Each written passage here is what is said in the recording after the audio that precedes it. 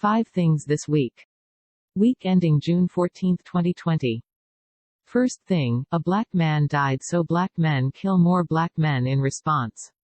A black man died so black men destroy black neighborhoods and black-owned businesses in response. A number of non-black people were also affected. In some areas, citizens have been forced to take extreme measures to protect their lives and property, leading to the deaths of a number of looters.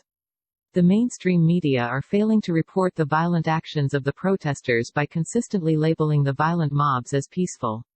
The social media bubble of the leftists is reinforcing the division, making them falsely believe that they are the majority. They are not. Second thing, Antifa is a terrorist organization. The President of the United States of America has designated Antifa as a terrorist organization, enabling increased penalties when members are prosecuted through the court system. This designation also enables increased funding for the relevant agencies tasked with apprehending these criminals. It is widely believed that it is only a matter of time until the violence is linked also directly to the George Soros-funded BLM movement, which will then lead to a terrorist designation for them, and an arrest warrant being issued for Soros. Third thing, a Western alliance of democratic nations is formed to take on Chinese domination of 5G technology. This will seriously hamper the CCP's aim of being the world leader in telecommunications. The United States of America closes a loophole that enabled Huawei to procure American chip technology from third-party vendors. As China manufactures less than 16% of the chips it needs for advanced electronics, this deals a virtual death blow to Chinese ambitions in this area.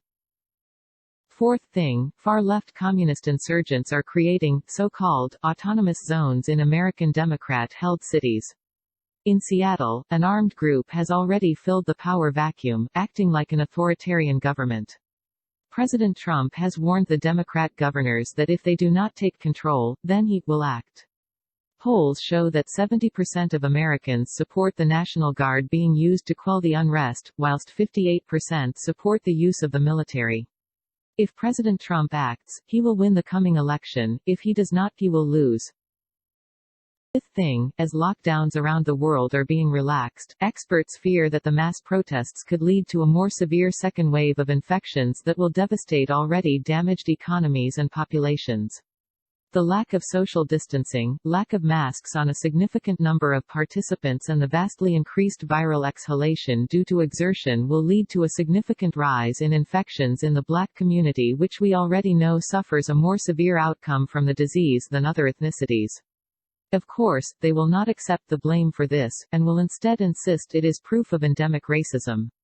A virus does not know what your ethnic background is. It just tries to survive.